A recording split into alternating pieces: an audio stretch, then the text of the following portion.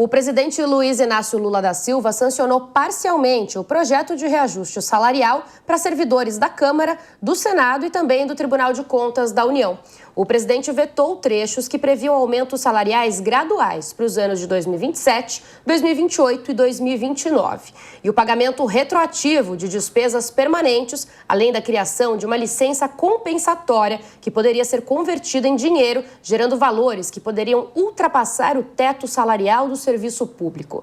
O veto, ao que o governo classificou de penduricalhos, segue em direção ao que o ministro Flávio Dino, do Supremo Tribunal Federal, vem defendendo, mas pode abrir nova crise entre Planalto e o Congresso Nacional. E o ministro Flávio Dino ainda complementou. Em uma ação monocrática, ele proibiu que novas leis possam criar pagamentos desses penduricalhos. O teto do funcionalismo público no Brasil é definido pelo salário dos ministros do STF, R$ 46 mil, um pouquinho mais, 46.300. Bastante, né? Vou chamar a nossa economista Laura Pacheco para começar, então, para a gente falar um pouco desses penduricalhos. Laura, faz sentido barrar uma medida como essa nesse momento? Certamente faz sentido, e eu também achei que a postura do presidente teve ali uma característica um pouco eleitoreira, já que ele costuma ter essa ideia, se tem essa leitura de que a política do Lula ela é mais da gastança, é mais de gastar dinheiro, de ser mais pró-assistencialismo, fazer política ali com base no happy hour, no jantarzinho, no churrasquinho, mas também de agradar muito a gregos e troianos. Mas quando a gente vê ele falando, eu barrei os super salários, ele começa a ter uma postura de característica eleitoreira, querendo dizer, olha, eu estou ajudando o povo, mas eu também estou preocupado com a questão de respeitar os limites de gasto público.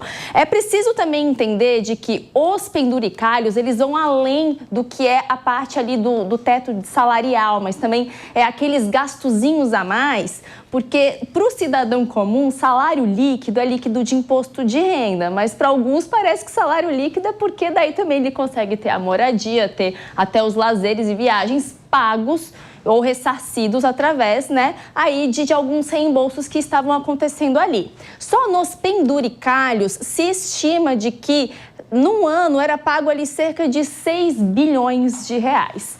Olha que interessante, então. Onde eu quero chegar com isso? Para poder ter aprovado a mudança da régua de imposto de renda aqui no Brasil para isentar até 5 mil reais, teve um custo para os cofres públicos de cerca ali, de cerca de 27 bilhões.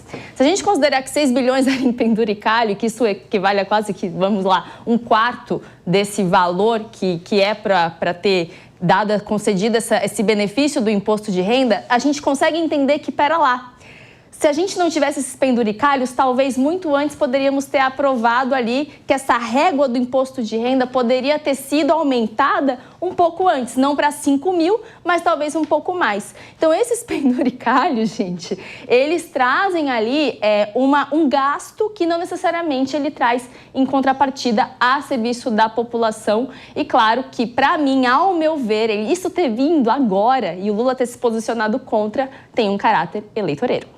Também quero chamar a Luísa já para a gente pensar na medida do ministro Flávio Dino, né? Tem ali uma crítica muito eminente na sociedade de decisões monocráticas, como a gente vem falando, uma decisão assim no STF.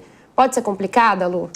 Olha, vamos lembrar uma coisa. O juiz, ele não decide independente de provocação, né? Então, se teve uma decisão do ministro Flávio Dino, foi uma decisão respondendo a um pleito formulado por alguém. Então, não é que o ministro acordou hoje e falou, nossa, vou tomar uma decisão. Teve uma decisão, numa ação que existe no Supremo, e foi uma decisão liminar. A decisão liminar, ela tem um caráter monocrático por natureza, até pela urgência de você decidir determinado assunto. Então, você concede uma liminar quando é um caso muito grave, quando é uma questão que precisa ser decidida com urgência, e depois essa liminar vai ser submetida à apreciação dos demais ministros que compõem a turma julgadora.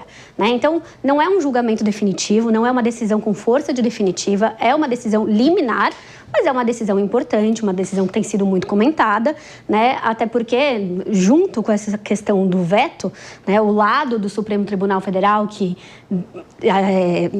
vem regulamentar essa questão, ele chamou a atenção de que existe desde 2024 né, uma emenda constitucional determinando a regulamentação do que é verba, do que não é verba, o que é salário, o que não é, o que tem que fazer justamente sobre esse assunto.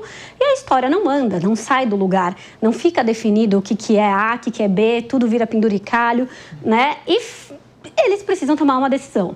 Então, a ameaça ali, que não foi bem uma ameaça, mas acabou surgindo com esse tom, se não for feito direito, se não tiver uma lei, se o negócio não for para frente, a gente vai decidir pelo Supremo, porque o Supremo pode, né, colocar balizas quando não há uma lei específica determinando o que é A, o que é B.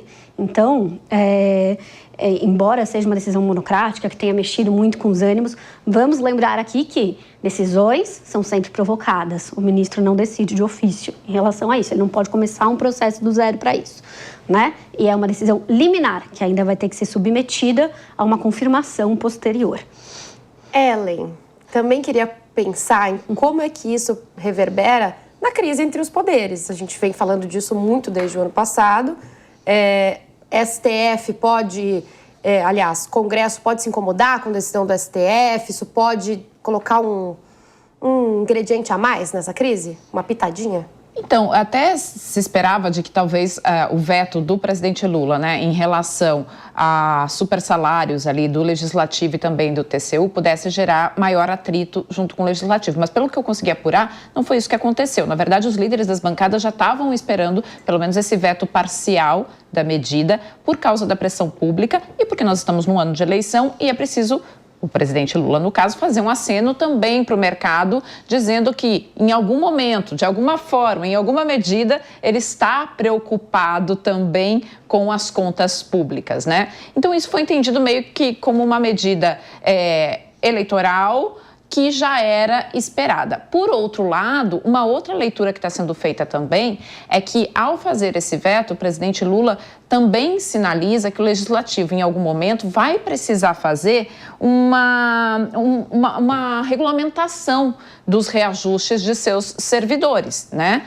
Porque entre as medidas que estavam previstas ali, tinha uma regulamentação de reajustes escalonados para 26, 27, 28, ou 27, 28, 29. O que, inclusive, vai contra... você vai ter um problema ali com a lei de responsabilidade fiscal. Se o presidente acionasse isso, você deixaria uma dívida para o próximo governo e aí você pode ser questionado ali em relação à viabilidade fiscal desta medida. Então, era uma medida que já estava sendo esperada dentro do Congresso, esse tipo de veto, essa parte do veto, né?